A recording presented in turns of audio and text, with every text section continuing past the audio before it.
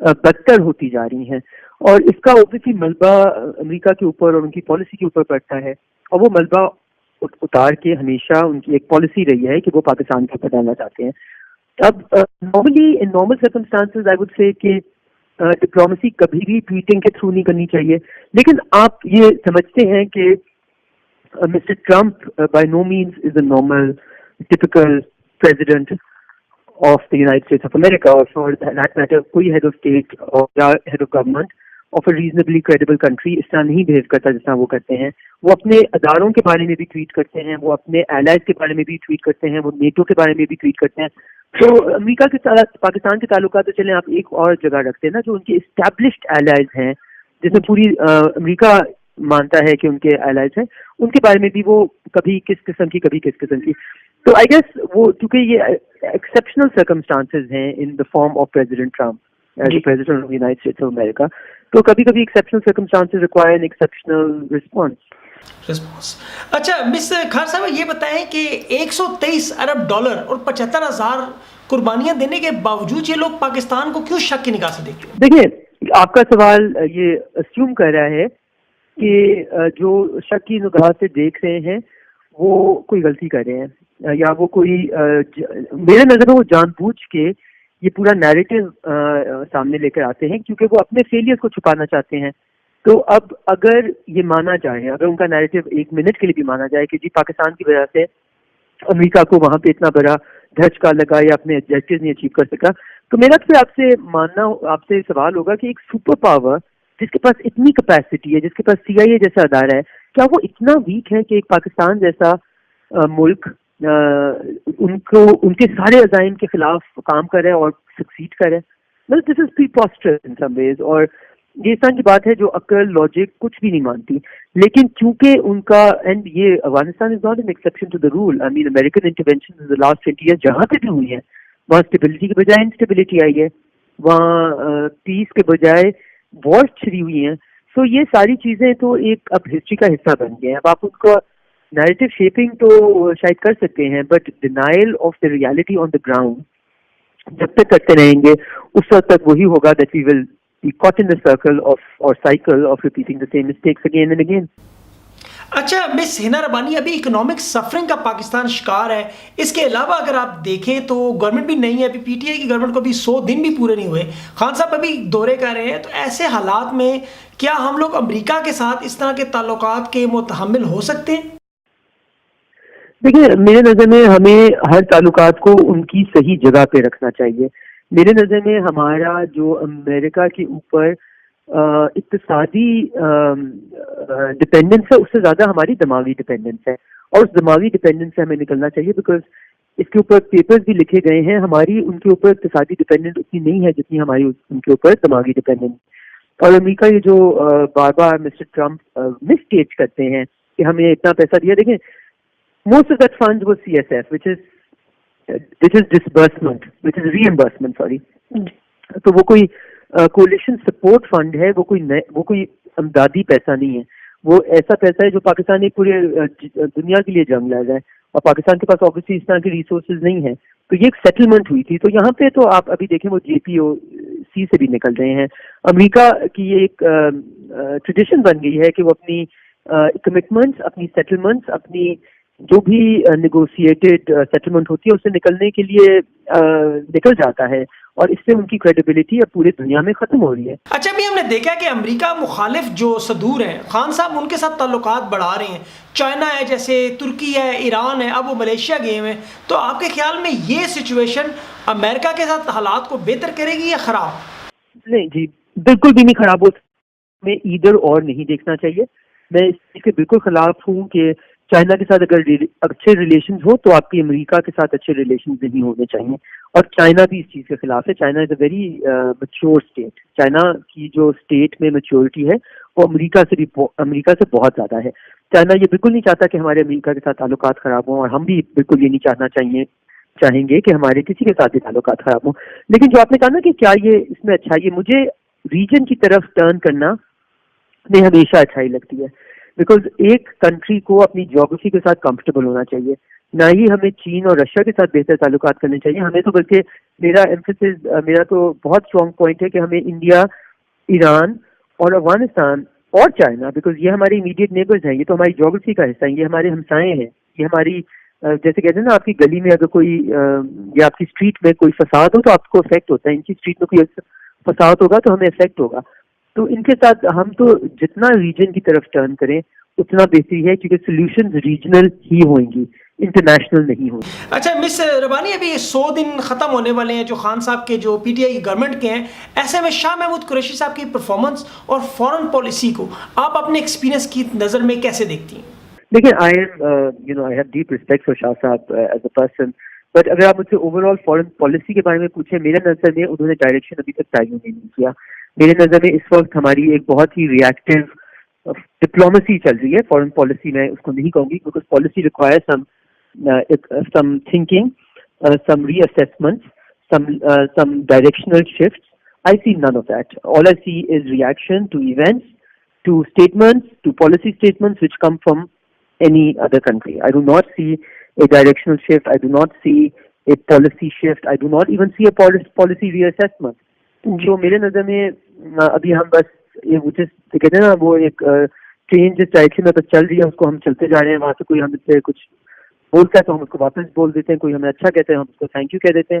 دیر از no assessment اور reassessment of what your United foreign policy should be. اچھا miss خیر، ابھی ہم نے دیکھا کہ عوام، اپوزیشن، گورنمنٹ اور فوج اور باقی ادارے سب ایک پیج ہیں. Where do you see Pakistan Peoples Party standing with Imran Khan کی پالیسیوں کو؟ آپ لوگ کیا سپورٹ کریں گے یا آپ ابھی بھی اپوزیشن میں اسی طرح کا کردار ادا کرنا چاہیں گے؟ As far as Pakistan Peoples Party is concern, Pakistan Peoples Party بہت کلیئر ہے اس چیز پہ کہ پاکستان کو کسی کے ساتھ بھی اچھے ریلیشنز رکھنے چاہیے، لیکن پاکستان کو اپنے خطے کے اوپر کانسنٹریٹ کرنا چاہیے. اور پاکستان کو ہر حالت میں ہم نے تو اپنے دور میں ریجنل پیوٹ کی بات کی تھی کہ Pakistan must pivot toward the region. ہماری جو فلاح و بہبود ہے، ہماری پیس ہے، ہماری اسٹیبلٹی ہے، ہماری پروگرس ہے، ہماری ڈیولپمنٹ ہے، وہ اٹلانٹک کے اکراس نہیں ہے اور یورپ میں نہیں کے ساتھ تعلقات بہت بہتر کرنے میں نہیں ہے، وہ اپنے ریجن میں تعلقات بہتر کرنے میں ہے. Mr. Narabani, thank you so much for talking to us today.